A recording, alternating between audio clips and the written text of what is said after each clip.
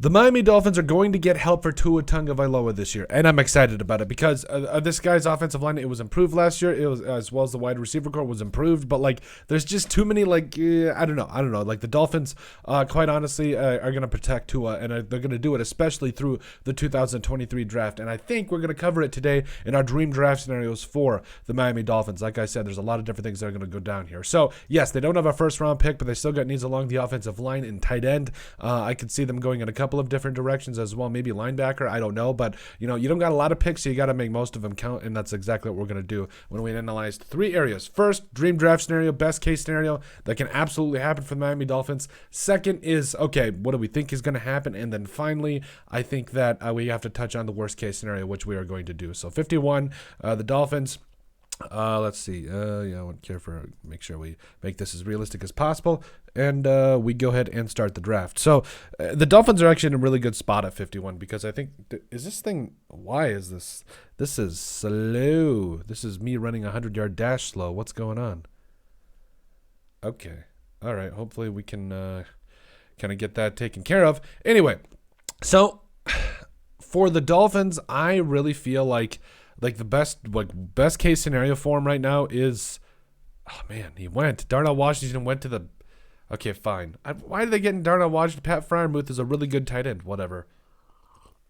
Okay. So Tucker Kraft is there. Okay, fine. I think he's going to be a fantastic tight end. So is Luke Musgrave.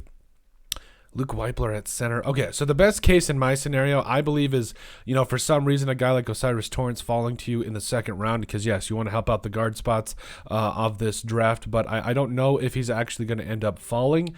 Does he even go? Yeah, he goes in the first round. So, I mean, I've seen him go anywhere from like mid to late second rounder. I've even seen him go in the first round to the Saints. So, honestly, it would make a lot of sense. He's probably the best guard in this draft. If it does come down to this, I would like Steve Avila as being that next guy, but it is what it is there. It doesn't look like he's there.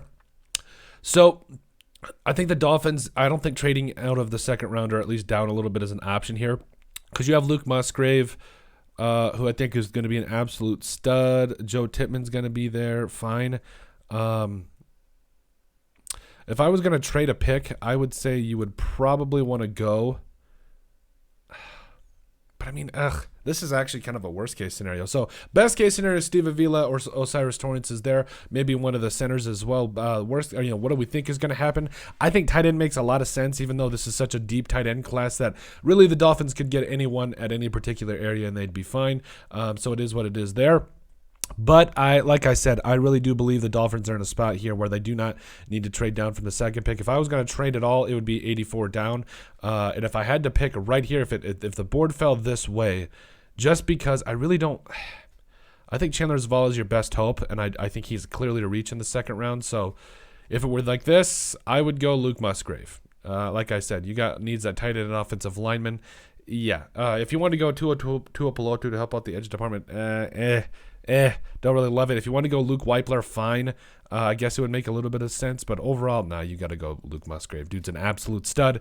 He's going to be a lot of fun to watch. And again, I would really look at if Darnell Washington was there, but he wasn't. So that's just the situation we're in. Now, getting into the third round, again, I think the best case scenario is a guy like Chandler Zavala falls. He went to the Rams at 77 here, so that's a little tough.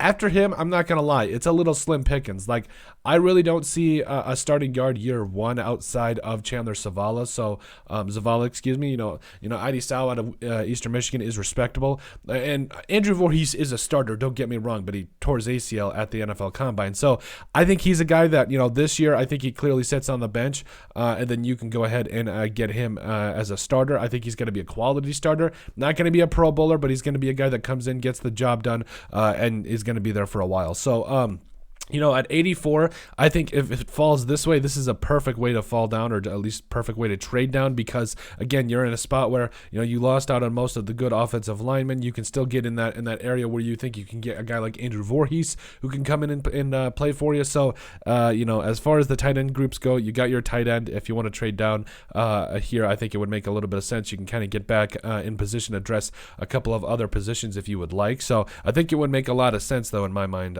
potentially trading down here. But like I said, so the best case scenario is one of the guards fall like Chandler Zavala, maybe even getting Andrew Voorhees a little bit later on. What do we think is going to happen?